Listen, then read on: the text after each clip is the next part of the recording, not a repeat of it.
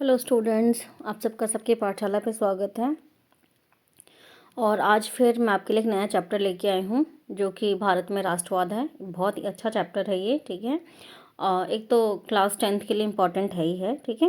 इसके अलावा नॉलेज के लिए भी बहुत अच्छा है। इसमें हम पूरा ये पढ़ने वाले हैं कि भारत में जो आज़ादी की जो लड़ाई थी, जो संघर्ष था, वो किस तरीके से हुआ था और किस प्रकार से हमारा भारत जो है वो आज़ाद हुआ, ठीक है। इसके अलावा इस वीडियो में आपको नोट्स साथ में मिलेगा, ठीक है। यानी काफ़ी चीज़ें तो मैंने पहले से अंडरलाइन कर रखी हैं, बट साथ में जो भी पॉइंट इम्पॉर्टेंट होगा वो हाईलाइट किया जाएगा। आपको उन पॉइंट को याद करना है एग्ज़ाम पर्पज़ के लिए, और बाकी जो भी पूरा चैप्टर समझा जाता है वो तो इम्पॉर्टेंट खैर है ये, ठीक है। और ताकि अगर आप चैप्टर अच्छे से समझ लोगे तो अगर आपका सब्जेक्टिव में कुछ भी अगर अलग से बाहर से मान लो कोई क्वेश्चन आता है तो आप उसको बना के अपने शब्दों में लिख पाओगे, ठीक है। चलो स्टार्ट करते हैं। भारत में राष्ट्रवाद। तो जैसा कि राष्ट्रवाद, तो सबसे पहले हमें ये पता होना चाहिए कि राष्ट्रवाद का जो अर्थ है वो क्या है, ठीक है।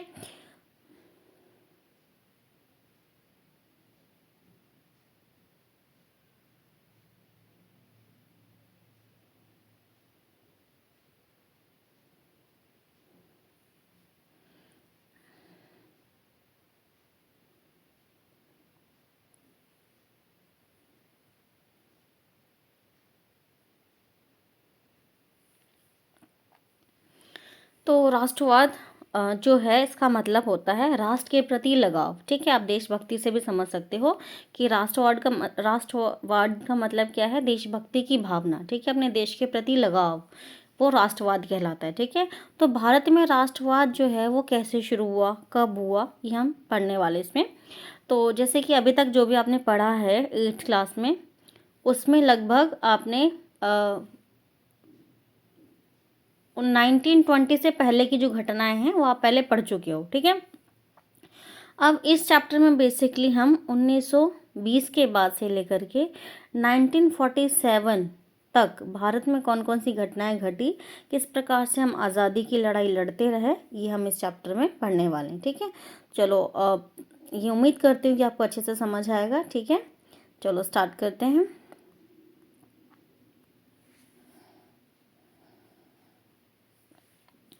तो अब अगर हम ये देखें कि भारत के जो लोग थे उनके अंदर राष्ट्रवाद की जो भावना है वो कैसे पनपी, कैसे जगी, ठीक है। तो जैसे कि हमें पता है कि जो भारत में जो आज़ादी की पहली जो बड़ी लड़ाई थी वो 1857 में हो चुकी थी, ठीक है। जो कि एक सफल नहीं रहा, उसके बहुत सारे रीजंस थे, ठीक है। तो अब यानी कि कहीं ना कहीं लोगों के अंदर ये भावना तो आ चुकी थी कि भाई हम लोग गुलाम हैं, मतलब हमारा जो देश है वो क्या गुलाम है और उससे आज़ादी चाहिए, ठीक है। अब ये और कैसे बढ़ी, कैसे देशभक्ति की भावना और जगी और किस प्रकार से लोग इकट्ठे हुए और देश को आज़ाद दिलाने के लिए उन्होंने हर एक संभव प्रयास किया, वो हम इस चैप्टर में समझने वाले हैं। तो सबसे पहले जो घटना भारत की स्वतंत्रता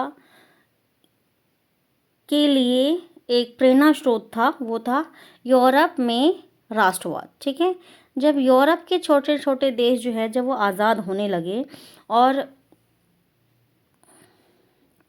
देखो जैसे कि आप पहले देख चुके हैं कि यूरोप में आधुनिक राष्ट्रवाद के साथ ही राष्ट्रीय राज्यों का भी उदय हुआ, यानी कि जो छोटे छोटे राज्य जो हैं अब क्या हो गया, अपने आप में वो आज़ाद हो गए, ठीक है।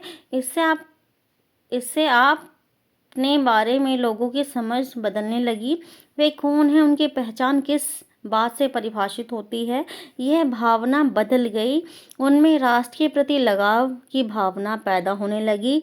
नए प्रतीकों और चिन्हों ने, नए गीतों और विचारों ने नए संपर्क स्थापित किए और सामाजिक और समुदायों की सीमाओं को दोबारा परिभाषित कर दिया गया, ठीक है। यानी कि जो देश आज़ाद हुए हैं तो उन्हें ये पता चला कि वो कौन है, ठीक है, किस देश में रहते हैं वो। प्रतीक बदले, चिन्ह बदले, ठीक है। और सीमाओं का निर्धारण भी दोबारा से किया गया कि कौन सी मतलब कौन सा देश जो है उसका क्या बाउंड्री रहेगा, ठीक है। ये सब चीज़ें जो है वो शुरू हुई। अब जैसे कि हमें पता है कि अखबार थे, ठीक है, उस समय, और समाचार आते थे, ठीक है? तो जब लोगों को पता चलने लगा कि जो यूरोप के देश है वो स्वतंत्र हो रहे हैं, वो आज़ाद हो रहे हैं, ठीक है? तो इससे जो भारतीय लोग थे उनका भी मनोबल बढ़ा कि जिस प्रकार से यूरोप में राष्ट्रवाद आया है, यानी यूरोप जो है वो आज़ाद हुआ है, उसके जो देश है स्वतंत्र हुए हैं, उसी प्रकार से हमारा भारत भी जो है वो स्वतंत्र हो सकता है, ठीक है?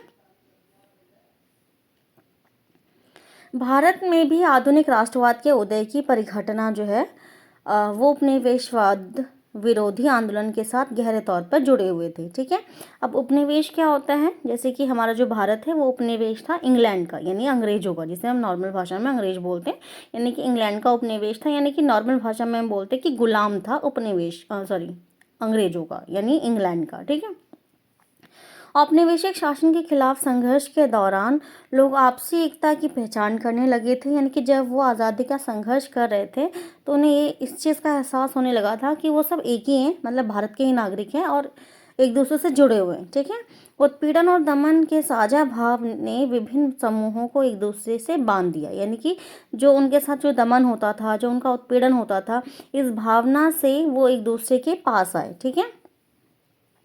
लेकिन हर वर्ग और समूह में उपनिवेशवाद का असर एक जैसा नहीं था। उनके अनुभव भी अलग थे और स्वतंत्रता के मायने भी भिन्न थे। महात्मा गांधी के नेतृत्व में कांग्रेस ने इन समूहों को इकट्ठा करके एक विशाल आंदोलन खड़ा किया, परंतु इस एकता के टकराव के बिंदु भी निहित थे, ठीक है? यानी कि अब क्योंकि सब, मतलब इस चीज़ का एहसास तो था ही कि भाई हम लोग गुलाम हैं, ठीक है? सबको अलग अलग तरीके से शोषण का सामना करना पड़ा, ठीक है? तो अब गांधी जी ने क्या किया, सबको इकट्ठा करा, मतलब कांग्रेस के नेतृत्व में गांधी जी ने सभी समूहों को इकट्ठा करा और आज़ादी की लड़ाई लड़ी, ठीक है? और ये इतना आसान नहीं था, क्योंकि देखो हर एक समूह की अपनी एक अलग ज़रूरत होती है, ठीक है? अपनी एक उम्मीद होती है अलग।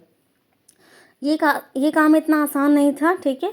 समूहों में टकराव भी हुआ, ठीक है, जिसकी वजह से हम देख सकते हैं कि भारत का विभाजन हुआ, ठीक है? पहले की एक और पुस्तक में आपने भारत में राष्ट्रवाद का उदय अध्ययन किया था। वहाँ आपने 20वीं शताब्दी के पहले दशक तक की कहानी पढ़ी है।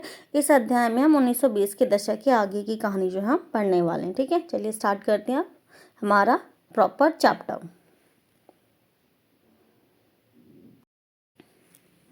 इस चैप्टर को हम बिल्कुल एक सीक्वेंस से पढ़ने वाले हैं, ठीक है? और वैसे भी इस चैप्टर को सीक्वेंस से ही बनाया गया है, हर एक घटना के बाद एक घटना जुड़ी हुई है, ठीक है? अगर आप समझ के पढ़ोगे ना, एकदम अगर समझोगे प्रॉपर, तो आपको लगेगा कि हमारे सामने कोई मूवी चल रही है, ठीक है?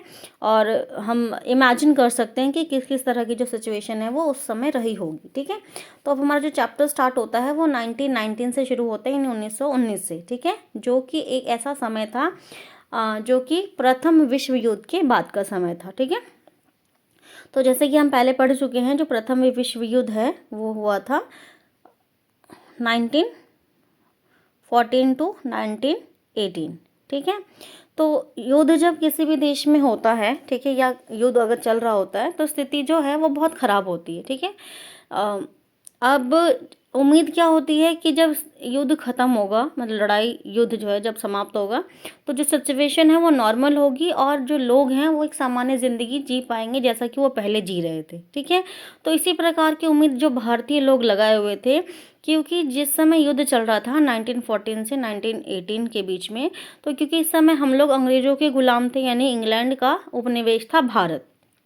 तो क्योंकि इस युद्ध में इंग्लैंड ने हिस्सा लिया हुआ था, तो उसी की वजह से, क्योंकि भारत भी जो है वो इंग्लैंड का उपनिवेश था, तो भारत को भी इस युद्ध में हिस्सा लेना पड़ा, ठीक है? तो जिसकी वजह से हमारे जो स्थिति थी वो खराब हो चुकी थी, यानी खराब हो रही थी। तो जो भारतीय लोग थे वो क्या उम्मीद लगा रहे थे कि जैसे युद्ध समाप्त होगा, हमारी जो आर्थिक स्थिति है या जो देश की स्थिति है, जो हमारी स्थिति है, वो क्या होगा, धीरे धीरे सुधर जाएगा। बट ऐसा कुछ नहीं हुआ, ठीक है? तो हम आज़ादी, यानी भारत में राष्ट्रवाद के अगर हम दो कारण समझें, तो एक तो यूरोप में राष्ट्रवाद, जैसे कि लोग जब समझने लगे कि हाँ भाई, जब यूरोप राष्ट्रवाद आया है यूरोप में, वहाँ के देश जब स्वतंत्र हुए हैं, तो हमारा देश भी आज़ाद हो सकता है। दूसरा, कि जब प्रथम विश्व युद्ध ख़त्म हुआ, उसके बाद भी जो स्थिति थी वो सुधरने की जगह और ज़्यादा खराब होती चली गई। तो इस वजह से जो है भारत में राष्ट्रवाद की जो लहर थी वो और तेज हो गई।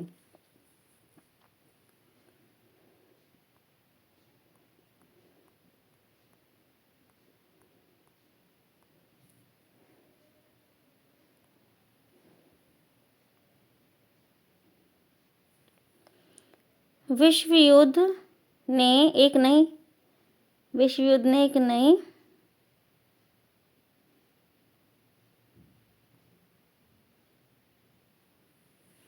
विश्व युद्ध ने एक नई आर्थिक और राजनीतिक स्थिति पैदा कर दी।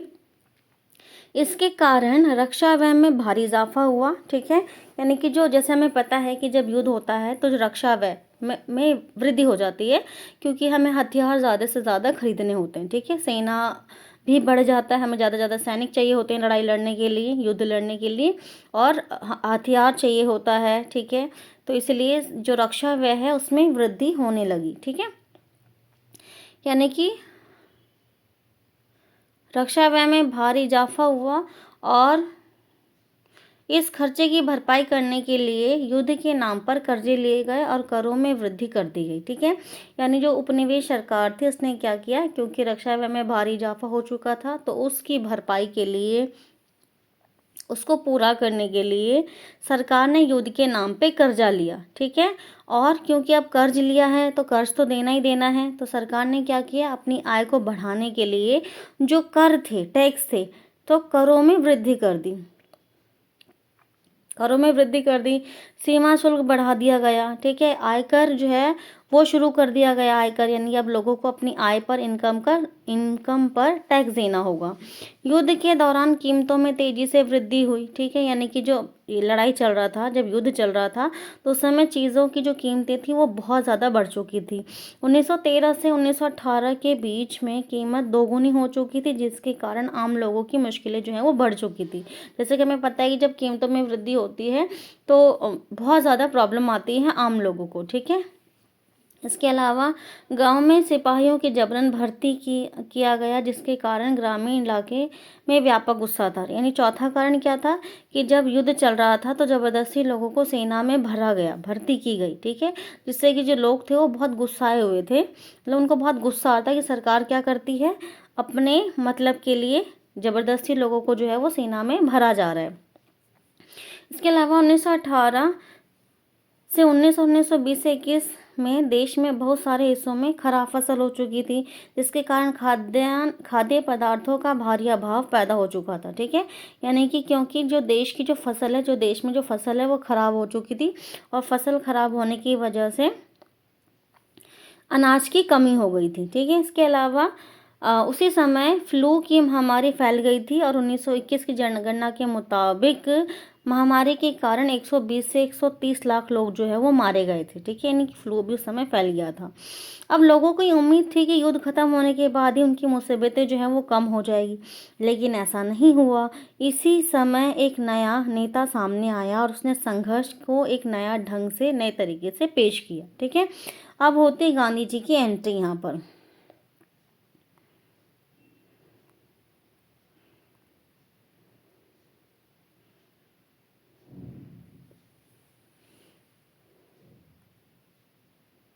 अब अगर हम देखें तो महात्मा गांधी जो हैं, महात्मा गांधी जी 1915 में जनवरी में जो है वो भारत लौटे थे। ठीक है, और इससे पहले कहाँ थे, वो दक्षिण अफ्रीका में थे, और वहाँ पर भी उन्होंने, वहाँ पे जो नस्ल भेद था, जो रंग भेद था, उसके खिलाफ वहाँ पर उन्होंने सत्याग्रह चलाया था। ठीक है, अब सत्याग्रह क्या था,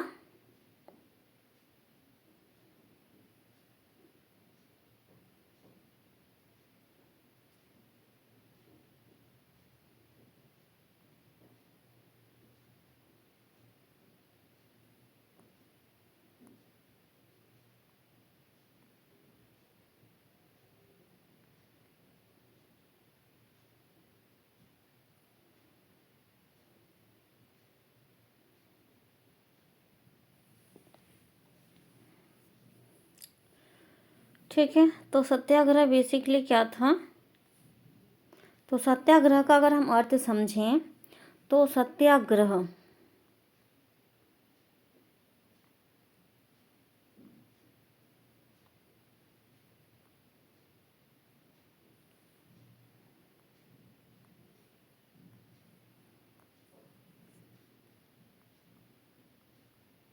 सत्याग्रह को दो अर्थों, मतलब दो टुकड़े करके हमें समझना है।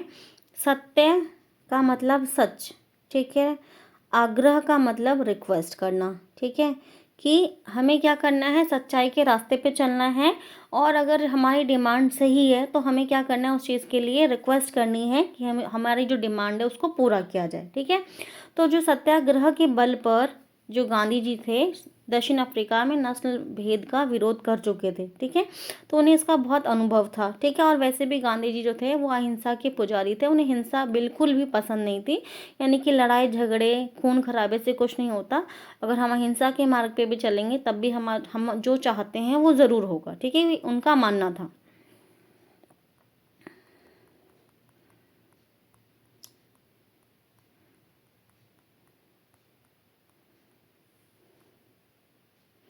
तो उनके अनुसार सत्याग्रह शारीरिक बल नहीं है। सत्याग्रही अपने शत्रु को कष्ट नहीं पहुंचाता, वह अपने शत्रु का विनाश नहीं चाहता। सत्याग्रह के प्रयोग में दुर्भावना के लिए कोई स्थान नहीं है। सत्याग्रह तो आत्मबल है, यानी आत्मा की शक्ति है।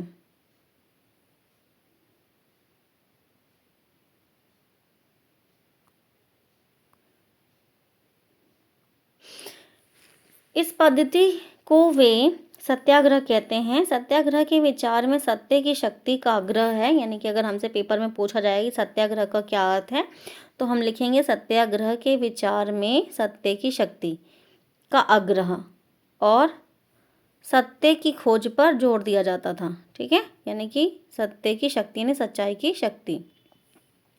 इसका अर्थ यह था कि अगर आपका उद्देश्य सच्चा है, यदि आपका संघर्ष अन्याय के खिलाफ है, तो उत्पीड़क से मुकाबला करने के लिए आपको किसी भी प्रकार के शारीरिक बल की आवश्यकता नहीं है।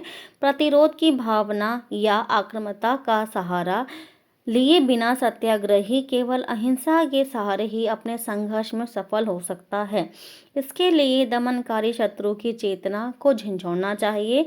उत्पीड़क शत्रु को ही नहीं बल्कि सभी लोगों को हिंसा के जरिए सत्य को स्वीकार करने पर विवश करने के बजाय सच्चाई को देखने और सहज भाव से स्वीकार करने के प्रति किया जाना चाहिए। इस संघर्ष में अंततः सत्य की जीत होती है। गांधी जी का विश्वास था कि अहिंसा का यह धर्म सभी भारतीयों को एकता के सूत्र में बांध सकता है। ठीक है। यानी कि हमें क्या करना है, किसी भी तरीके से हिंसा का उपयोग नहीं करना है। हमें अहिंसा के मार्ग पे चलते हुए, सच्चाई के मतलब रास्ते पे चलते हुए अपनी बात जो है वो मनवानी है। ठीक है। तो इसी को क्या बोला गया, सत्याग्रह बोला गया। अब जब गांधी जी 1915 में भारत आए जनवरी में, ठीक है, तो आते ही उन्होंने कोई बड़ा स्टेप नहीं लिया। ठीक है। इसके बहुत सारे रीजंस थे। देखो, क्योंकि सबसे पहला जो सबसे बड़ा रीज़न था, क्योंकि गांधी जी से पहले लगभग 20 वर्ष से ज़्यादा जो है वो दक्षिण अफ्रीका में रहे थे। ठीक है। तो भारत की स्थिति क्या है, भारत में क्या चल रहा है, क्या नहीं चल रहा है, ये चीज़ समझने के लिए उन्हें बहुत ज़रूरी था कि पहले भारत में वो रहें और समझें कि यहाँ की जो स्थिति है सामाजिक और आर्थिक वो किस प्रकार की है। ठीक है। तो उन्होंने क्या किया, पहले 2 वर्ष उन्होंने केवल भारत की जो स्थिति है उसे समझने के लिए भारत के दौरे किए। ठीक है। और जब उन्हें स्थिति बिल्कुल समझ आ गई कि अब क्या करना है आगे, उन्होंने अपने मतलब सोच लिया। ठीक है। तब जा कर के उन्होंने अपनी जो योजना थी सत्याग्रह वाली, उसी को अपनाते हुए सबसे पहले 1917 में, यानी 1915 में आए और 1917 में उन्होंने बिहार के चंपारण इलाके में सत्याग्रह किया। ठीक है।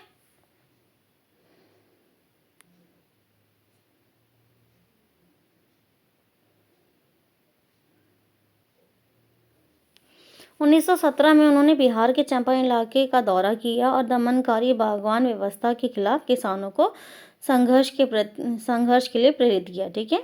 यानी कि जो मैप में आपका पहले मैं मैप करा चुकी हूँ ना, उसमें चंपारण था, वही वाला उसी चंपारण की बात हो रही है यहाँ पर बिहार में।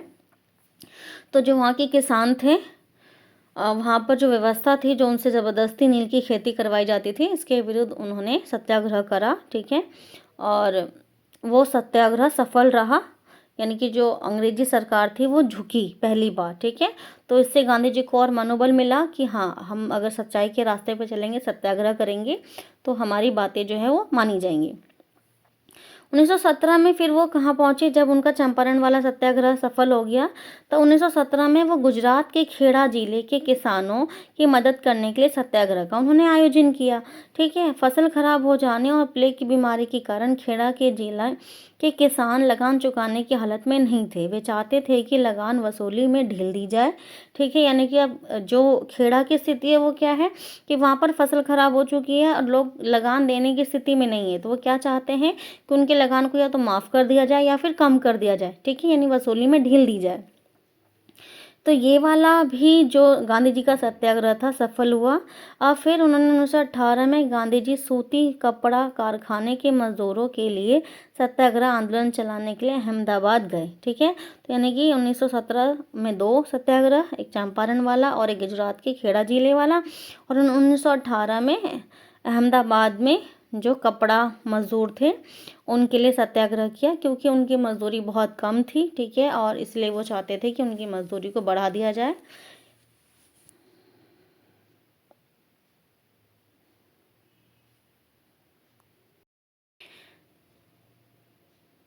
जब रॉलट एक्ट इतना विरोध करने के बावजूद भी पास हो गया, तब भी लोगों ने इसका विरोध किया, रैलियां निकाली, जुलूस निकाले। ठीक है, और रेलवे वर्कशॉप जो थे वहाँ पर हड़तालें शुरू हो गई। और जब सरकार को ये लगा कि इन हड़तालों से जो रेलवे हैं, जो टेलीग्राफ की जो सुविधाएं हैं वो प्रभावित होगी, बाधित होंगी, ठीक से चल नहीं पाएंगी, तब उन्होंने क्या कर दिया, जो राष्ट्रवादी लोग थे, मतलब जो राष्ट्रवादी थे, उनको मारा पीटा जाने लगा, उनका दमन शुरू हो गया। ठीक है, और अमृतसर में जो जितने नेता थे स्थानीय, बहुत सारे नेताओं को हिरासत में ले लिया गया और गांधी जी को दिल्ली में आने पर रोक लगा दी गई कि गांधी जी को दिल्ली में प्रवेश यानी एंट्री नहीं मिलेगी। अब क्या होता है आगे, 10 अप्रैल को पुलिस ने अमृतसर में एक शांतिपूर्ण जुलूस पर गोली चला दी। इसके बाद लोग बैंकों और कारखानों और रेलवे स्टेशनों पर हमले करने लगे। ठीक है, यानी कि जो लोग शांतिपूर्ण अपनी बात कह रहे थे और जुलूस निकाल रहे थे उन पर गोली चला दी पुलिस ने। ठीक है, अब इसके विरोध में लोगों ने क्या किया, हमला करना स्टार्ट कर दिया।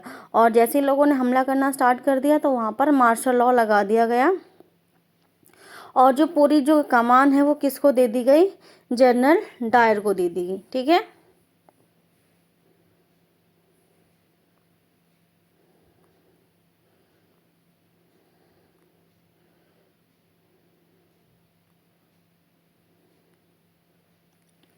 देखो इस पिक्चर में देख सकते हैं हम जनरल डायर की जो सेना है वो कैसे गलियों में घूम रही है।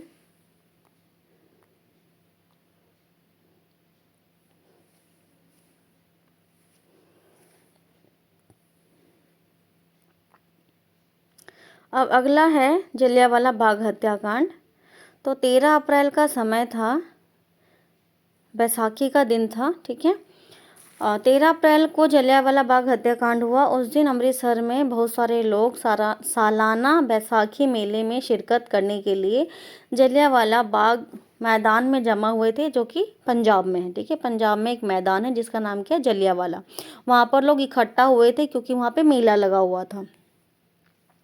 काफ़ी लोग तो सरकार द्वारा लागू किए गए दमनकारी कानून का विरोध प्रकट करने के लिए एकत्रित हुए थे। यह मैदान चारों तरफ से बंद था और शहर से बाहर होने के कारण वहां जुटे लोगों को यह पता नहीं था कि इलाके में मार्शल लॉ लागू किया जा चुका है। जनरल डायर हथियारबंद सेना के साथ वहां पहुंचा और जाते उसने मैदान से बाहर निकलने के सारे रास्तों को बंद कर दिया और इसके बाद उसके सिपाहियों ने भीड़ पर अंधाधुंध गोलियां चला दी।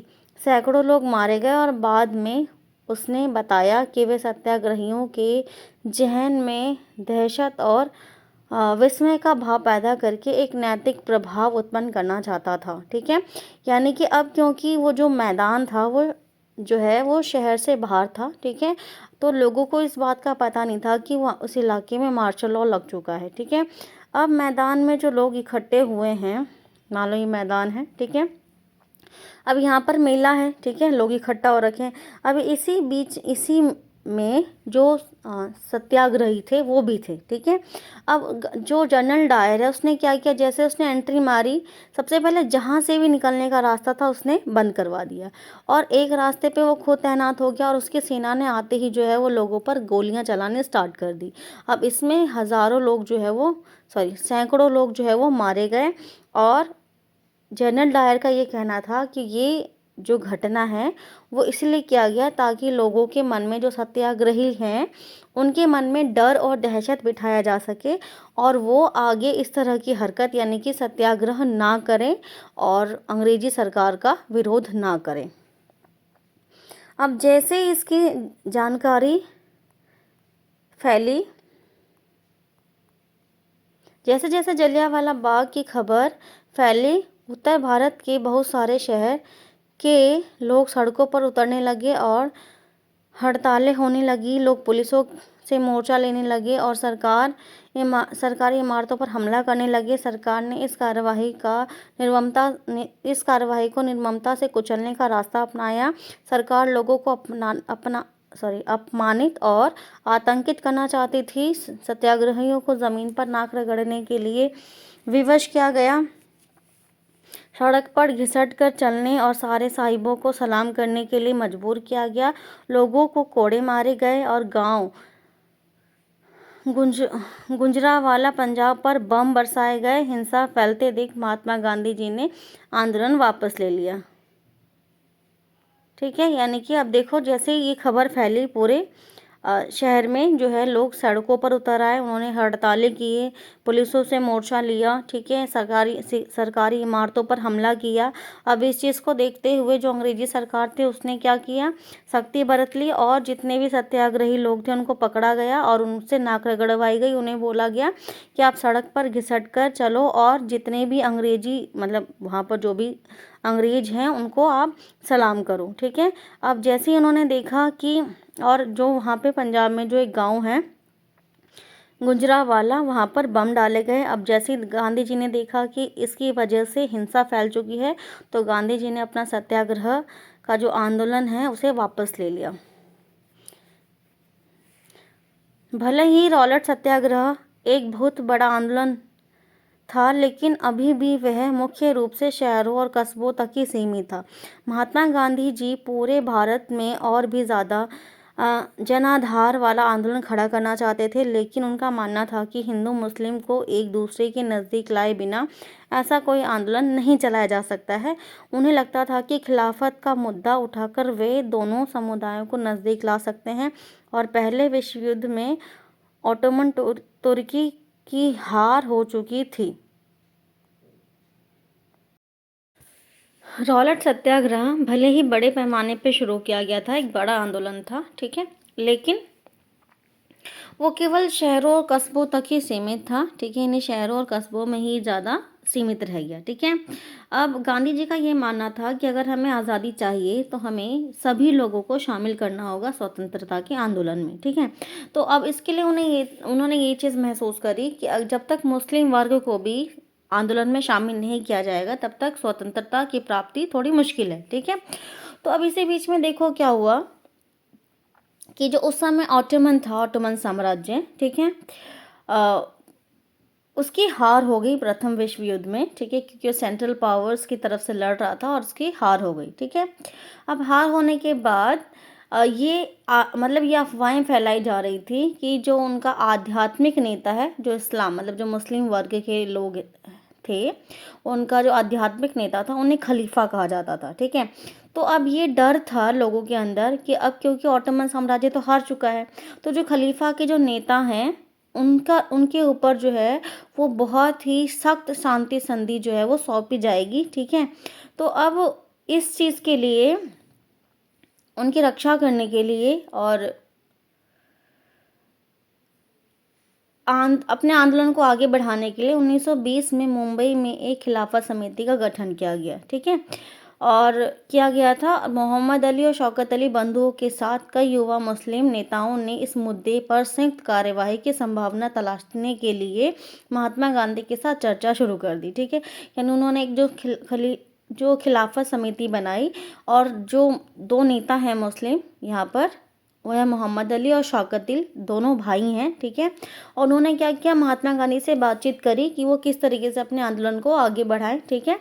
और महात्मा गांधी जी को भी इस चीज़ का उन्होंने भी अनुमान लगा लिया कि ये सही वक्त है कि अगर मुस्लिम वर्ग और हिंदू वर्ग दोनों मिल करके अंग्रेज़ों के खिलाफ अगर लड़ाई लड़ेंगे तो हमें आज़ादी जो है वो जल्दी मिलेगी, ठीक है। अब इसी बीच में 1920 में कांग्रेस के कलकत्ता अधिवेशन में महात्मा गांधी जी ने भी दूसरे नेताओं को इस बात पर राजी कर लिया और फिर जाकर के खिलाफत आंदोलन की शुरुआत की गई, ठीक है।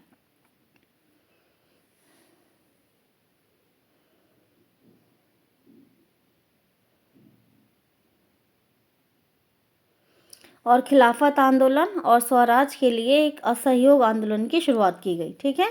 तो जो खिलाफत आंदोलन था वो मुस्लिम वर्ग पहले से चला रहा था, ठीक है। और महात्मा गांधी जी के साथ मिलकर के जो एक बड़े पैमाने पे आंदोलन चलाया गया उसे क्या बोला गया, असहयोग आंदोलन बोला गया। अब यदि हम असहयोग का अर्थ समझे, असहयोग यानी कि सहयोग ना देना, सपोर्ट ना करना, ठीक है।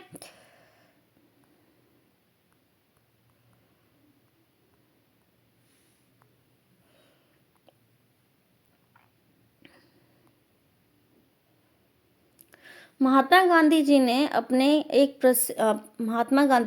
प्रसिद्ध पुस्तक हिंद स्वराज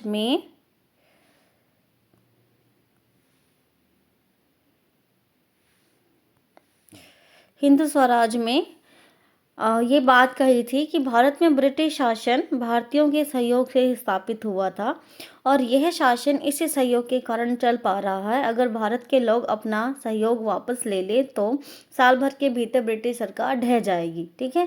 यानी कि महात्मा गांधी जी का क्या मानना था कि जो ब्रिटिश हम पे शासन कर रहा है, यानी अंग्रेज जो हमें अपना गुलाम बना के बैठे हैं, तो इसमें भारतीय लोगों का भी सहयोग है। अगर भारतीय लोग सहयोग देना बंद कर दें, सपोर्ट करना बंद कर दें, तो उनका जो शासन है वो एक साल भी नहीं चल पाएगा, ठीक है। गांधी जी का सुझाव था कि यह आंदोलन चरणबद्ध तरीके से आगे बढ़ना चाहिए। सबसे पहले लोगों को सरकार द्वारा दी गई पदवियां लौटा देनी चाहिए और सरकारी नौकरियों, सेना, पुलिस, अदालत, विधि परिषदों, स्कूलों और विदेशी वस्तुओं का बहिष्कार कर देना चाहिए। अगर सरकार दमन का रास्ता अपनाती है तो वो व्यापक सविनय अवज्ञा आंदोलन की शुरुआत करेंगे। और 1920 की गर्मियों में गांधी जी और शौकत अली आंदोलन के लिए समर्थन जुटाते हुए देश भर में यात्राएं करते रहे, ठीक है। अब गांधी जी का क्या मानना था इसमें कि जितनी भी सरकारी सुविधाएं हैं, चाहे क्योंकि उस समय देखो जो सरकार थी वो अंग्रेजों की थी, तो ऑब्वियस सी बात है अगर स्कूल है, कॉलेज है या दफ्तर है या फिर कोर्ट है तो सब क्या है, अंग्रेजों द्वारा चलाया जा रहा है। तो गांधी जी का ये मानना था कि भारतीय लोगों का उनका बहिष्कार कर देना चाहिए। तो बहिष्कार का मतलब होता है यूज़ नहीं करना चाहिए, मना कर देना चाहिए, ठीक है, छोड़ देना चाहिए।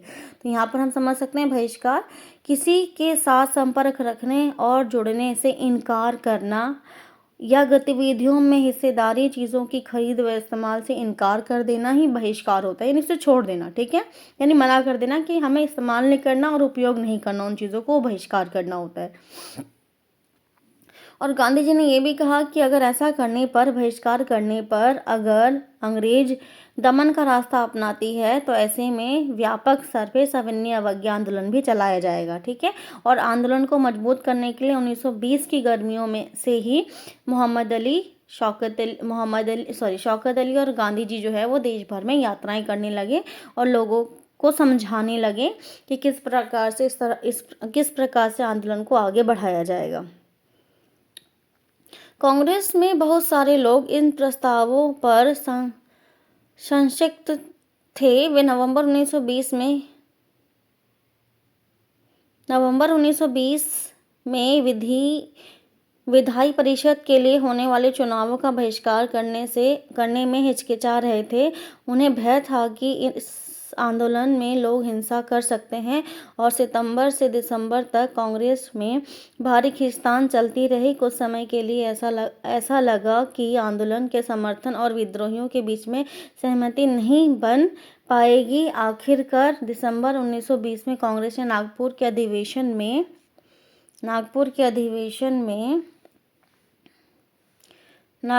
अधिवेशन में एक समझौता हुआ और असहयोग कार्यक्रम पर स्वीकृति की मोहर लग गई। ठीक है, यानी कि जो लोग थे मतलब और जो आंदोलनकारी थे, यानी कांग्रेस का प्रस्ताव ये था कि अगर मतलब जो विधानी जो चुनाव होने हैं उसका बहिष्कार ना किया जाए, ठीक है।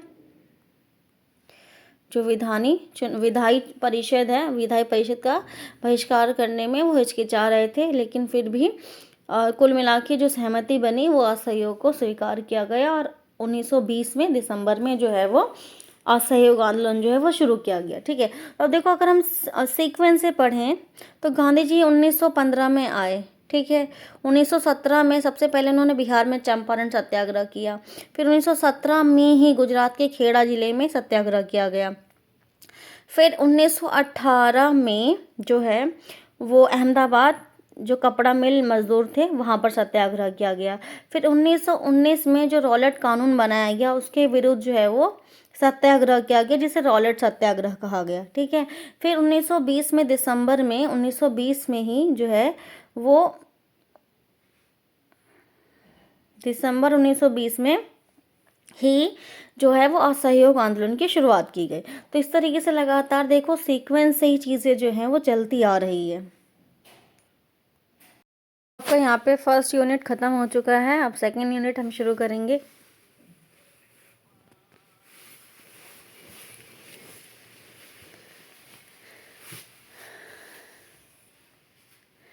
अगर आपको थोड़ा मतलब समझ आया है तो कमेंट बॉक्स में यस लिखिए, जल्दी ही सेकंड पार्ट भी मिल जाएगा, ठीक है।